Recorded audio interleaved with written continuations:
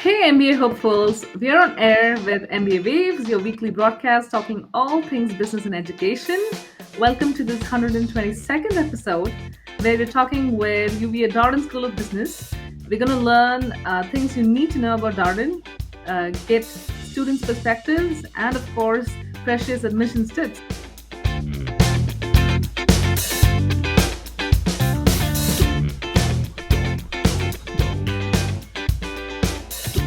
I'm your host for today, Krithika Srinivasan, joined by my co-host Bara. Hi, Bara. Hello. And it's a privilege to be introducing four guests joining us today from Darden. We have Merav Frasier, if you can just wave, who is a Senior Associate Director of Global Recruitment at UVA Darden.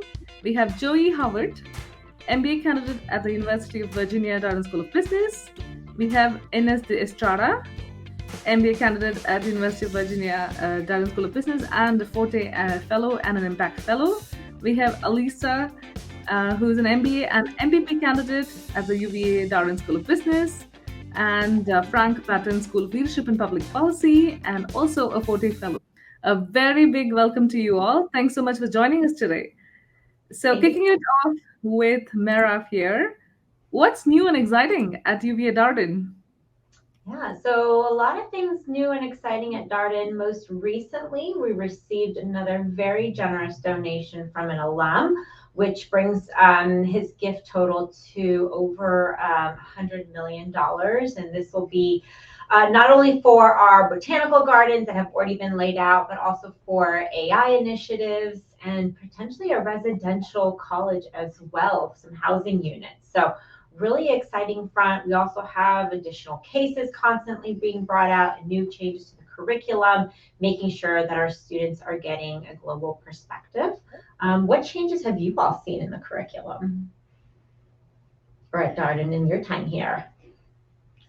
I know there are a handful of new professors teaching core this year who have been outstanding. I haven't had them, but the first years who had them have told me that they're some of their favorite professors they've had, which at Darden is a huge compliment because the professors, to me, kind of make the school. So saying that there's new professors who are continuing that legacy, I think is a huge, huge addition.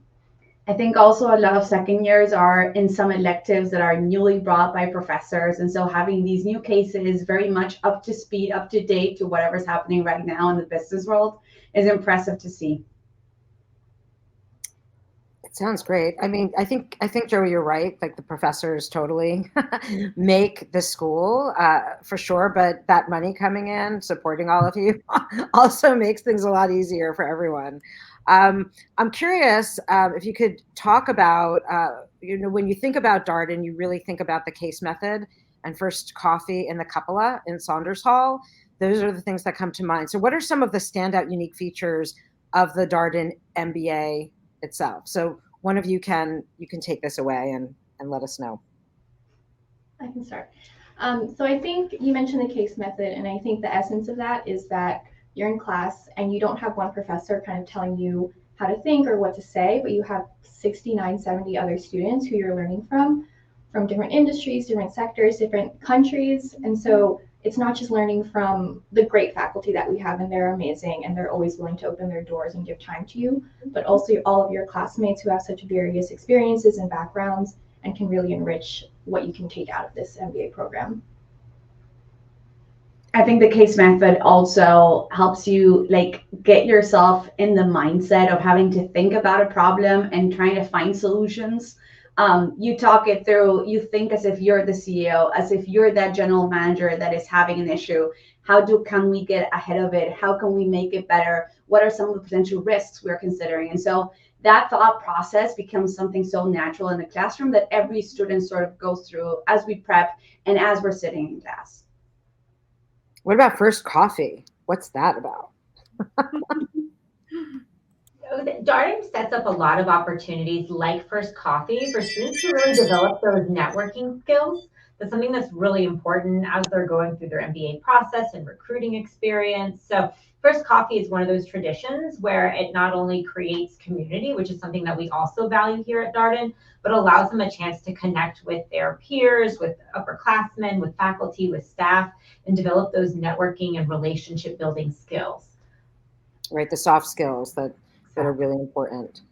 And you do get coffee too, right? So right? What kind of coffee? Do you get like fancy coffees, or is it just decaf and regular? Decaf regular, but we do have some like mix-ins that you can put in. There's also really good teas, there's hot chocolate. And first coffee is also just an opportunity for there to be like maybe announcements or special guest speakers or company sponsors. So sometimes we get extra treats. Wednesdays we get croissants, so that's the best day of the week. Croissant Wednesdays are a highlight. But sometimes we even just have like performances, like our cold call chorus will sing if it's like the holidays, or they'll do a fall concert. So it's really just an opportunity for community gathering. In addition to some of other great traditions like having sections and Darden Cup and a lot of others. Yeah, and we got to experience first coffee a little bit when we visited Darden. So we know like how it is the entire business school comes together. So I'm sure it's pretty something that everyone looks forward to. And when we think of MBA, it's always about the right fit. There are so many fantastic programs out there, but everyone has its own flavor, like your coffees and teas, hopefully, for the tea people. And a lot of it boils down to just culture, especially of Darden being so collaborative and so on. So please tell us more about your experience of the culture at Darden. Yeah, I can start. Yeah. So the thing I think that is really cool about Darden, and maybe that sets Darden apart from a lot of other MBAs, is that Darden really happens here in Charlottesville. I mean, we do the global course, so you get to go to some other country and learn from industry leaders there.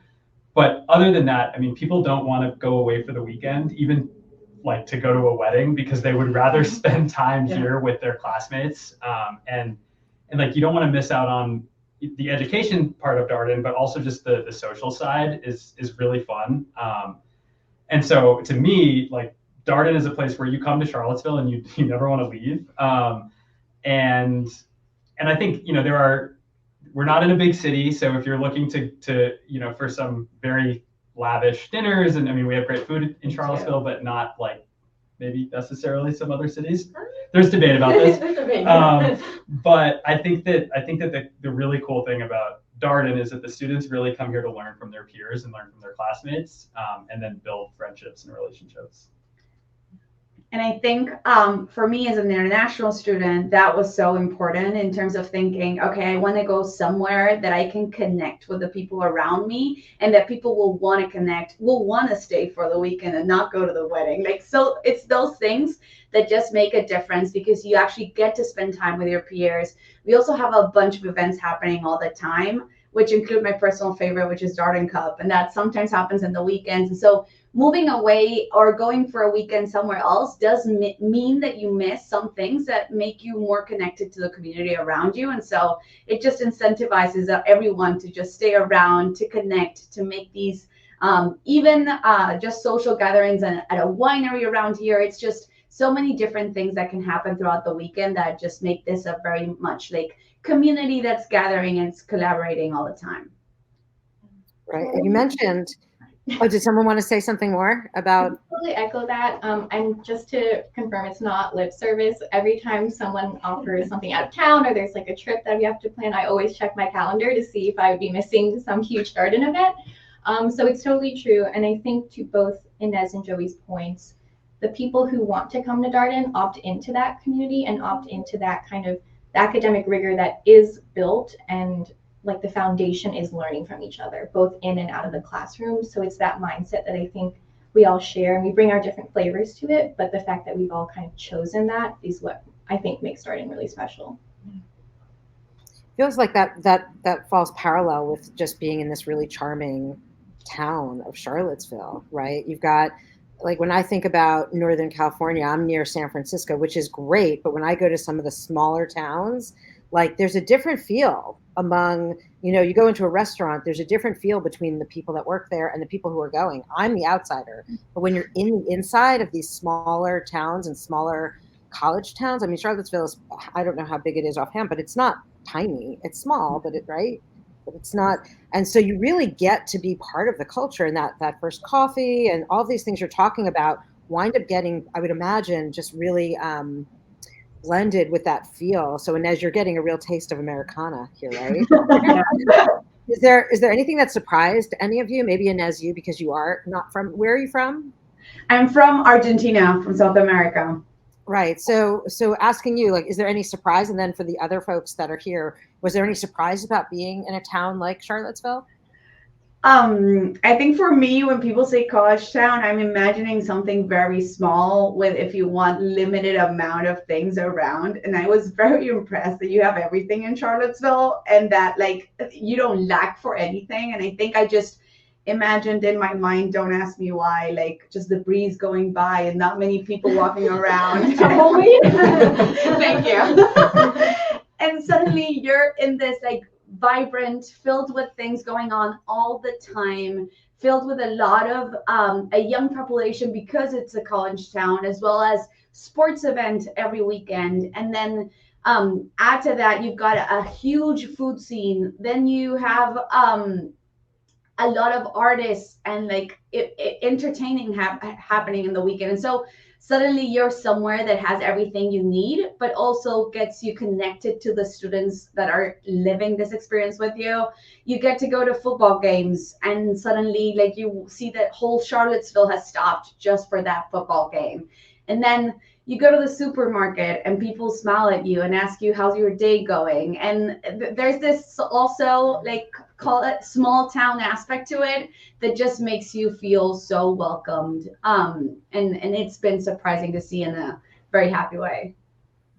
Yeah, I love that about small town feel. Anyone else surprised because you came from a different part of the States, maybe, about Charlottesville?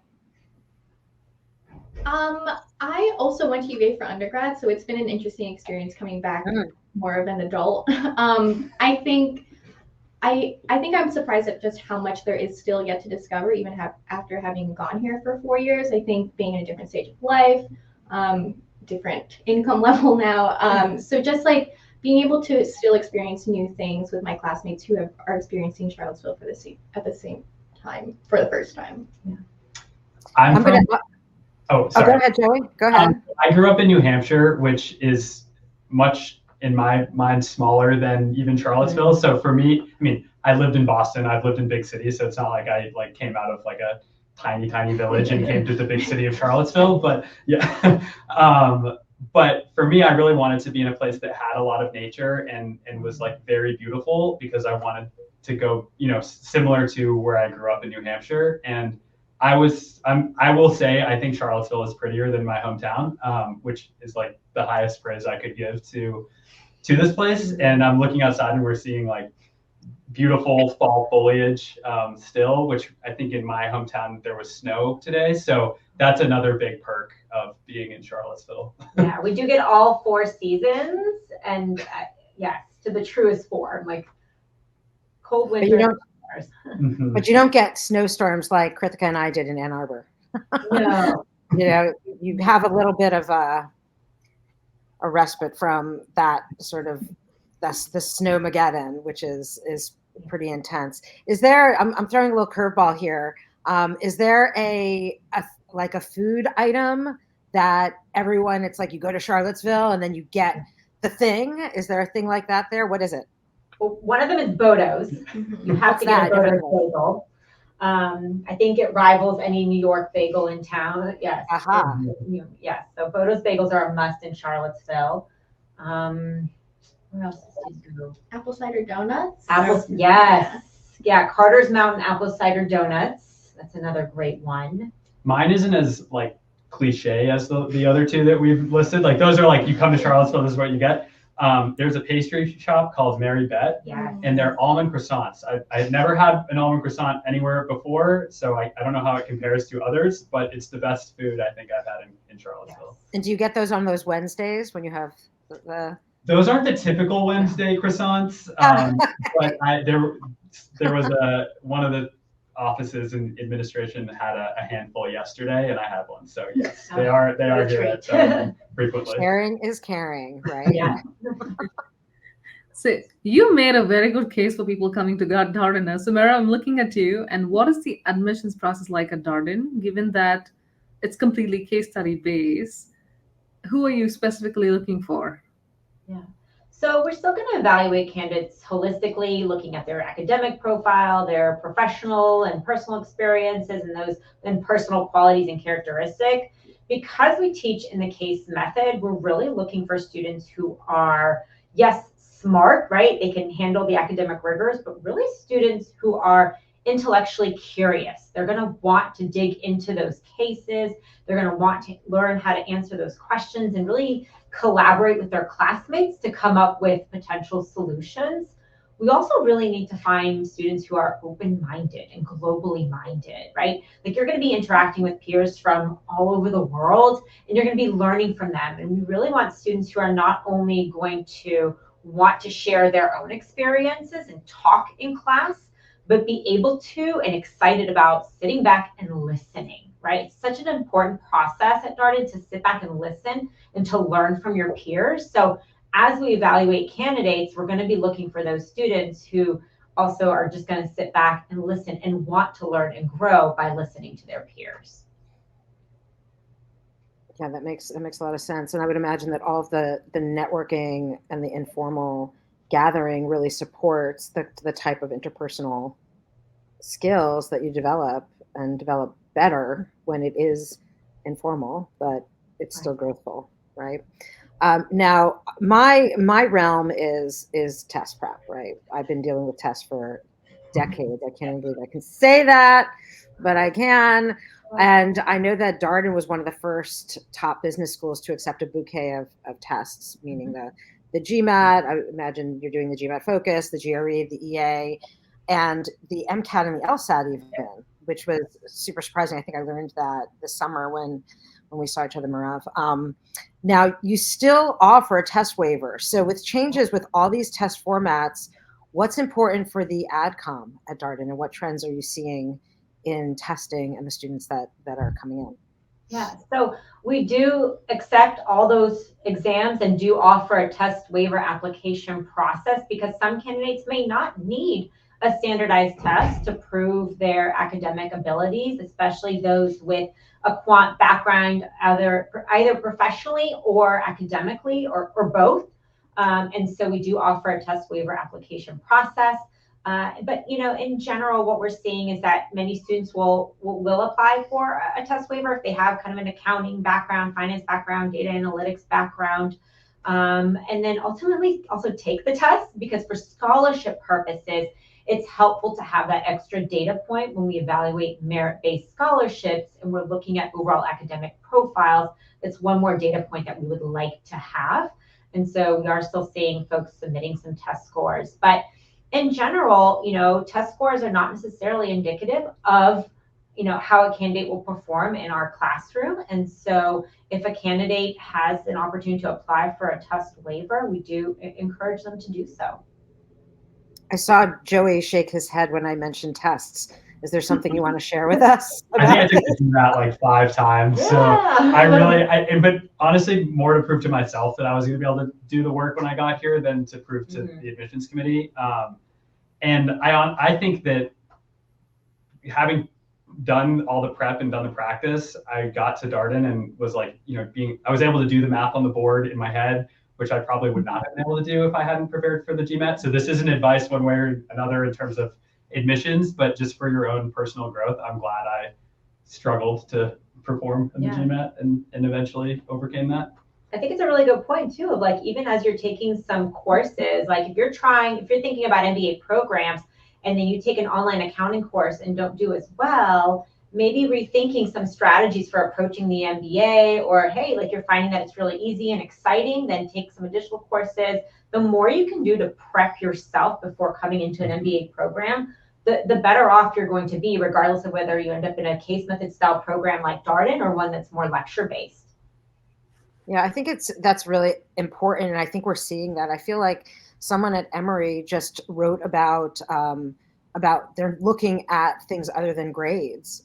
They're looking at test scores actually, and we work with students that are applying to colleges, and the tests do say they do something, and just like Joey, you said, like now you're so much more comfortable with the math that's on the board, so it is an opportunity for all students to look at each of the pieces, the accounting class, the test, the writing of essays as your own personal journey. And I mean, I personally think when people see that you're on that personal journey, it means that you're showing conviction, that you believe in yourself, and that you believe in your own growth, which is what you want a business leader to have, right? So that makes a lot of sense. And so MCAT and LSAT, though, you accept those as well, huh? We do, yes. So we have many dual degrees at Darden, including med students and law students. And so we will accept their MCAT scores or their LSAT scores so that they don't have to retest. I think our law school, though, also accepts the GMAT and the GRE. So for dual degrees applying at the same time, they're flexible. I believe the med school just takes the MCAT. I don't know how flexible they are, but they actually start off at the med school first anyway, so that's fine. But we do offer that flexibility as well, especially for students who are already enrolled in programs at UVA. Sounds like a good icebreaker activity, right? Like don't tell other people what test that you took, and then have a placard that says I took the MCAT. Yeah. We can guess based on their personality or what their dual right, exactly. Yes. Exactly. But they're all really about critical thinking skills, ultimately. Exactly. They're all about how do you reason, which is super important for your case method, certainly. So that makes sense. It allows the flexibility too for students who might not be as quant focused, like, maybe the GMAT might be a more rigorous test for them, and then the GRE or the LSAT is more, the logic and games section, which I actually really enjoyed taking when I took the LSAT. And so I think it allows that flexibility for the different types of test takers as well, and they're all going to be equally successful at Darden. The GRE, for those of you who might not know this, used to have the game section on it. So long ago. I know, a long time ago when I started. And so it's super interesting how watching things morph. And we had a meeting with, I think with some GMAT folks. I'm like, why don't you put a game section on the GMAT? Yeah. That would be really fun. They didn't take my suggestion. They're lost. Maybe for the next version, Bara. Maybe. Yes. Thanks to Joey for sharing how long it took for the GMAT, because I'm sure that for some of the viewers out here and prospective applicants, that gives them a boost of confidence, and also the fact that they could attempt many things. And I know many people who specifically choose Darden because of this flexibility that's there in the test, and for some the flexibility gives them takes the stress off for them. And coming to another very critical point you mentioned, Joey, that it helps you prepare better. Let's talk academics. Darden is known for having some fantastic super duper faculty. We had a chance to listen to one of them when we were there in Charlottesville at the EGAC conference. So I want to understand about how has it been learning the core fundamentals via the case studies, which is something very unique at Darden. And, if you can just share some of your favorite stories about it, about the best teaching moments you all had. Paths to power.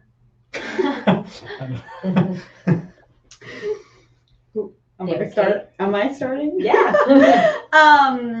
So I come from a non-traditional background. I studied international relations and then did 5 years in the human resources. So accounting was outside of my scope of knowledge. Finance was outside of my scope of knowledge. And you get the gist, right? Core in its entirety was outside. And I think, so Darden has this thing called learning teams, which is a group of people that are from different sections, right? You don't necessarily go to the same class as you are in core, and you prepare cases together. And it's a great learning environment to be comfortable with failing, to be comfortable with talking, this is the way that I would approach this case. And then having somebody that maybe has a finance background say, well, I get why you would think that this other way is a little bit more simpler, for example, which you can imagine has happened so many times in a year.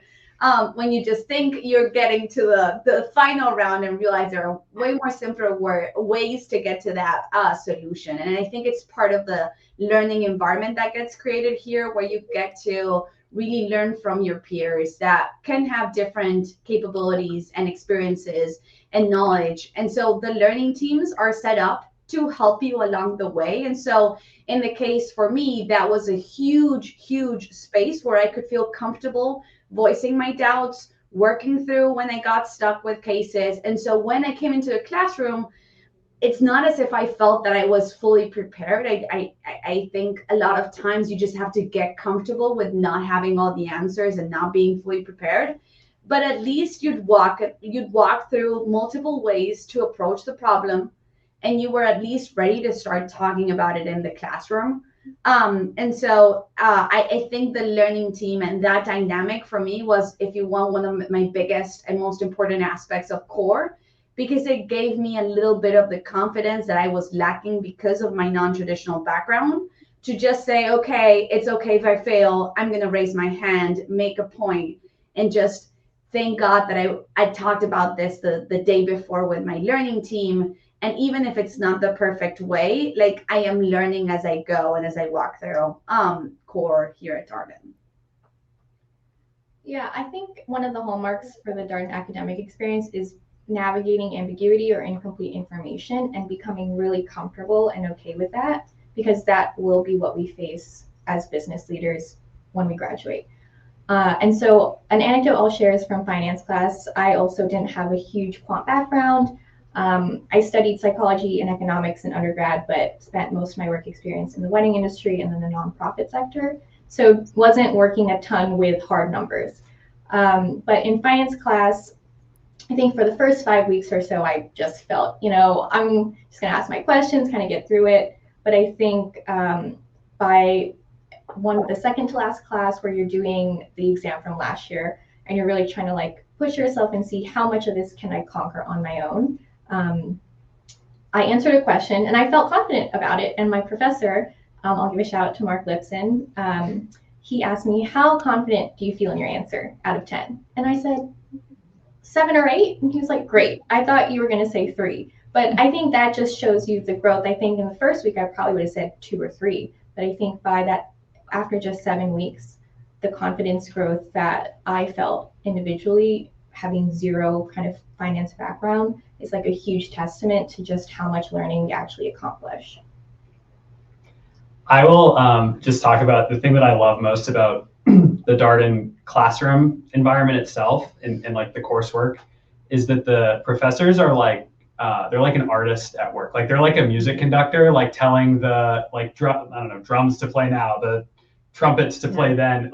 They know who in the room probably understood the case, different portions of the case better than other portions. And so at the beginning, they're like, okay, we're just looking for general case facts. Who's the protagonist? What's the decision being made? And they'll call on someone who probably had an Ines who had a good understanding of the HR involved and who the different interests of the different parties. And then they'll look at the finance person and be like, okay, well, what's the expected value of this decision? What's the expected value of this decision? And so at the beginning, they really focus on what your expertise is in, and they draw from the people in the room. And then by the end of the quarter, anyone in the room can answer any question, because you've learned the material over kind of the trajectory of the class. And what I think that shows is 2 things. One, you're learning, right? If you're able to answer things by the end. But 2, how much the professors actually invest in getting to know their students, so that before you walk into the room, they know who's going to be able to answer what questions they haven't even asked yet. I think is kind of an amazing thing that all the professors I've had here have been able to do. I don't know if it's true across the board, but I would imagine it is. Yeah. I think it takes a certain type of faculty to want to teach in a case method style program, because it's so much more difficult, right? They're not just going into a classroom space, throwing up a PowerPoint, lecturing, taking a couple questions and leaving. They really have to facilitate this discussion that could go in multiple directions. And how do they then guide it towards sometimes maybe the right or multiple right answers, to the point, right? How do they get that point across? And how do they get that point across multiple sections. So they really do. So Ines mentioned that students have learning teams, but faculty essentially have learning teams as well, where they work together within their section to figure out, okay, what are some of the common goals we would like for the classes to achieve or learn, common learnings that we want them to get from each case, and how do we get the conversation, regardless of which way it goes, to end on those points. And so I think that's why we have some of the best faculty, per the rankings over the last, I don't know how many years now. The way that you describe it reminds me of why weaves are so strong, right? That there's these weaves that are happening on multiple levels. And one thing you guys didn't mention, but you're also learning from each other. And it's also, you're getting this great modeling of, in being a leader, being comfortable with calling on the different people on the teams that you're working with to recreate that dynamic where the teams learn from each other, but also feel comfortable in the ways that they don't feel comfortable initially, but that they're going to grow into feeling more comfort. So I think that's really, what an amazing life skill, right? That's not like, that's a great business skill. That's a great life skill. It's a great parenting skill. That's just an incredible way to move through it, to move through the program. So talking about weaves, just speaking specifically to the students, we talked a little bit about this, but we didn't get into the weeds. How do you utilize and interact with the larger academic community, the larger UVA community? I can kick us off because I am a dual degree student. So I'm also in the Public Policy and Leadership School over on Main Grounds. And so I physically am there as well. So I'm in the rotunda, I'm on the lawn. So being in that physical space and just having that reminder that this is such a larger community than just the 700 students at the full-time residential program. But I'm also part of certain fellowships that are offered across the graduate program. So the Tri-Sector Fellowship Program, which brings together folks from the law school, the public policy school, as well as Darden. And so just seeing how these folks kind of approach problems, the questions that they ask, it's been like a really fun opportunity to, again, learn from others and the way that they would think about things, and kind of use this time in grad school as an experiment or like a learning lab to test out different approaches and stretch the ways that I might instinctively approach things. For me, I think it has been more about connecting through college sports. So I've learned the songs, I chant with everybody around me. I became best friends with someone in the UVA basketball by going there and a couple of times sitting beside them, and suddenly I'm part of, it feels like I'm part, at least connecting way more with the broader community here in UVA. And very, very different to what I experienced back at home. And so I really wanted to get that mentality over or rooting for a team. And suddenly you understand that these are all students that are dedicating so much time to just perform then later in their games and stuff. And so how I've connected the most has definitely been through that, since I've been to almost every UVA football game. I've been to every UVA basketball game. I've gone to field hockey, soccer, a bunch of different events throughout. And I think it's nice to feel that you're part of a way bigger space and community, and not just the Darden community. I have nothing to add to those great answers. Merav, did you want to talk a little bit about it, just from the administrative side?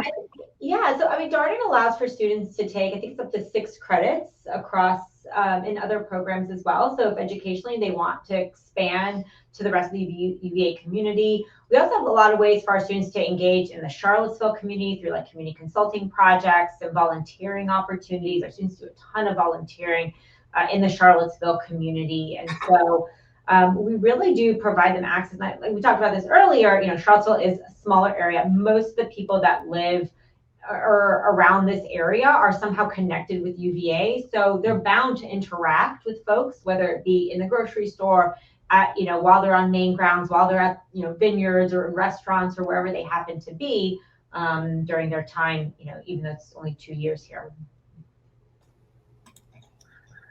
And moving on to another important area, which is like, what are some of the industries that Darden MBA grads specialize in, and how has the current macroeconomic situation been affecting these jobs? So Darden is a general management program. We don't specialize in anything, even though students have the ability to have concentrations or specializations in particular areas, they don't have to. So we very much are applicable to all industries. A majority of our students, by majority, I mean about 46% go into consulting. Case method lends itself very nicely to consulting. About 26 or so percent will go into the financial services areas. About 10 or so percent will go into tech, and then other industries as well.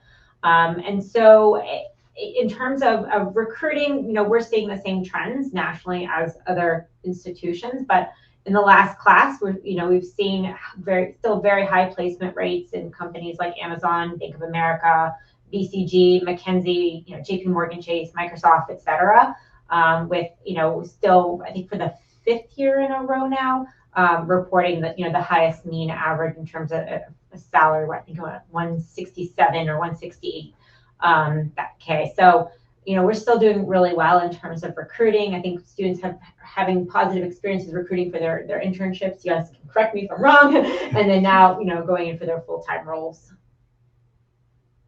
How about international, global? I mean, how is Darden going global, both in industries, but also in the studies that you're doing?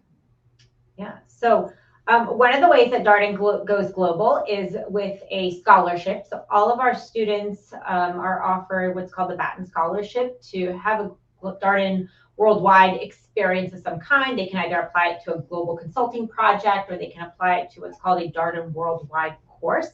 These courses are about 7 to 9 days. They typically focus on a particular subject matter in one country or small grouping of countries.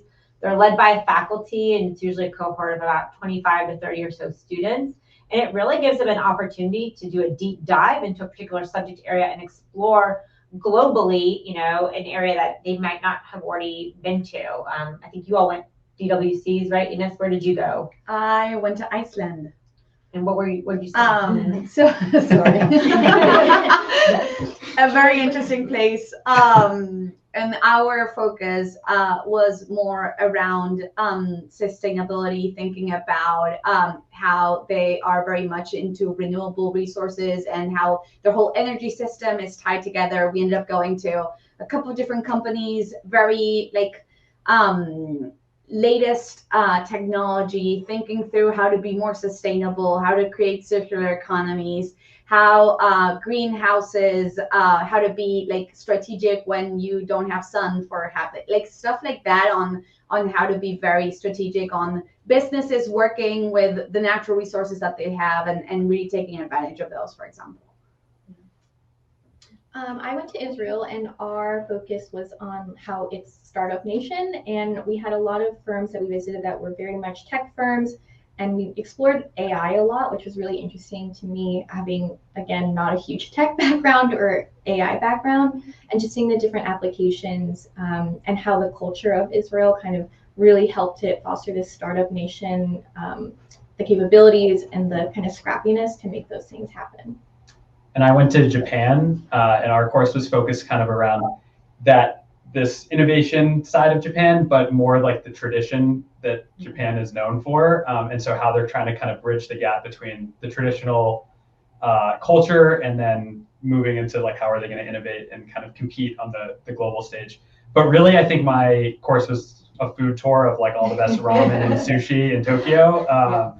So yeah, those trips are very fun. And you're there with 20 of your classmates. And so you get to know that group really well. And usually they're people that you might not have known, a couple of your close friends, and then a couple of people that just ended up on the same trip, and they all come away being your close friends. So same course, right? There's content you're learning. Oh no, yeah, course content. Try to get them not to college trips. It's a fun experience, but it's also course. And you find that it's also a great networking opportunity, right? Getting to know your peers.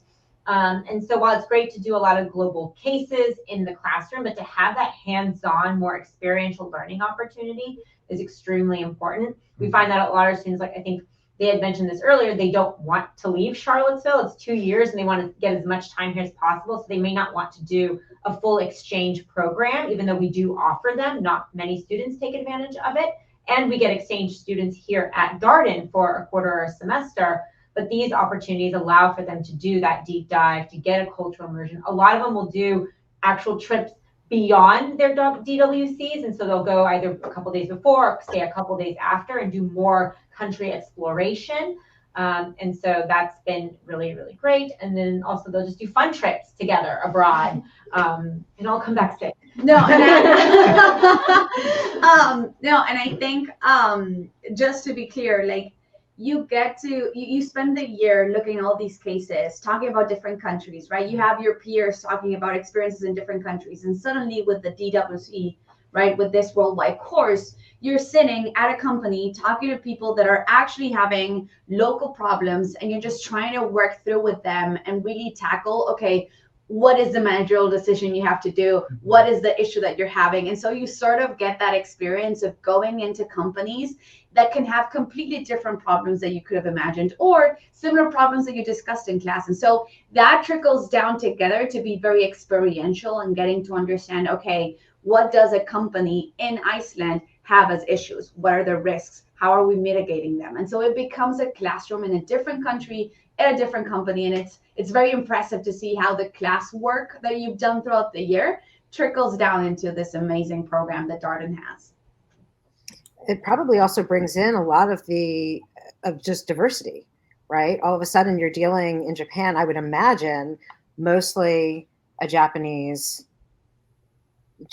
employees, right? Yeah. And what that culture is like, Israeli as well as Icelandic, right? So all of a sudden you're dealing with like, I don't want to say other, but like other homogeny that you're not necessarily used to. And then so the diversity there, I think, would probably kick in your own, like, oh wow, this is different. How am I going to respond to the differences here, instead of a class like you're in, which has diversity, but it's fully diverse, right? Like there's a lot of the countries that you mentioned, I would imagine, they're diverse in different ways, but you kind of have to get into the country to see how their diversity plays out, right? And that makes you great leaders. So it's great that Darden gives that amazing opportunity. I want to go. When do I get to? That's the perk of the job at Darden. We can apply actually to be staff coordinators. That's how I got yeah, about a year and a half ago, I got to go as a staff coordinator. So essentially supporting the faculty. It's a glorified babysitting job. There's nothing that needs to be done. No, it's a course, not a trip. It's a course. It's a glorified babysitting of the course. I had to take attendance and make sure that they got on the bus. That was really important. And if they were doing something that they weren't supposed to be doing, I made sure that they got the cold call. That was my job, to have the faculty give them the cold call. That sounds fun. Wow. It was fun. And now, like you said, this was a scholarship, right? Is it from who like made it possible? Batten, a very generous donation through our Batten scholarship, that it pays for their accommodations during the course, meals and whatnot, anything to do with the course itself, transportation to and from the different locations. If there's a cultural visit, it'll pay for the fees, entrance fees and everything like that. Students pay for other meals, flights, and then any other arrangements that they'd like to make during that time. Wow. So I already see evidence of amazing alums who have been so supportive and extending the tradition at Darden. So what are your alumni currently doing, and what kind of services exist for them at Darden? Yeah, so other than donating millions of dollars, I think the biggest way that alumni give back for me in admissions is working with our prospective students.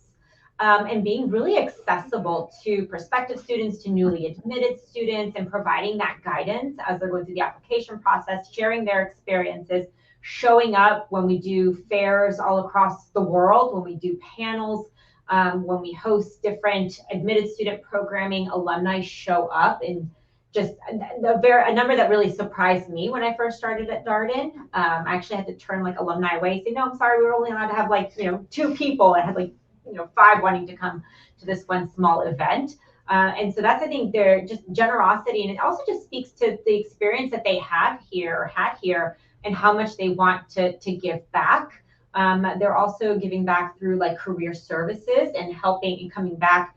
I mean, I saw alumni here as early as, I think it was like 3 weeks after graduation, recruiting.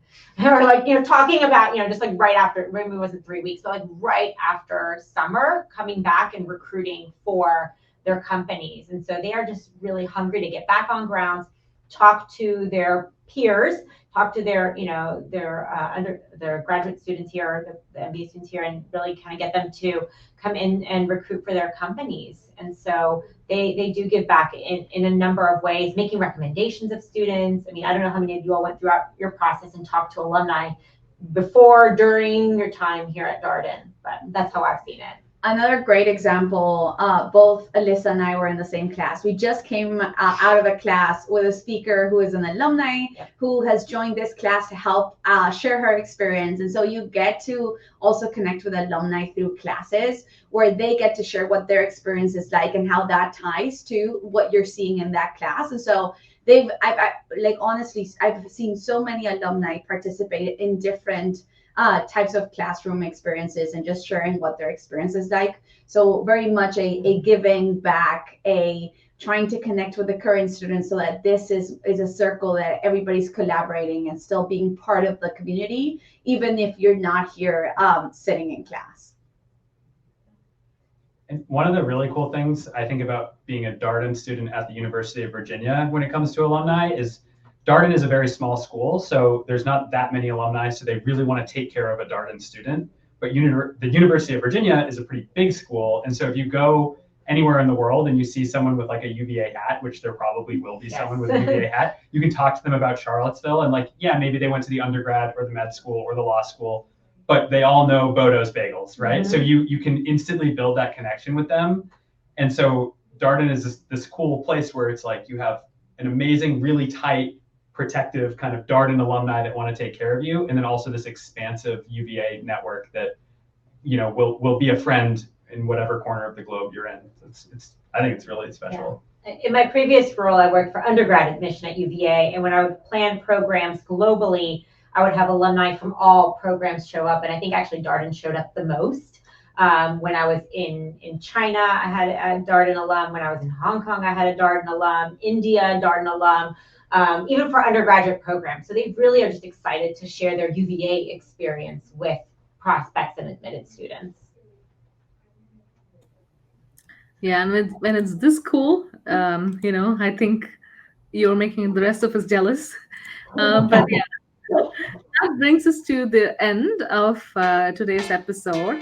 What I heard was close-knit, collaborative, community-oriented, connected, college sports, and of course, cool international exposure avenues. That's what Darden has to offer and so much more.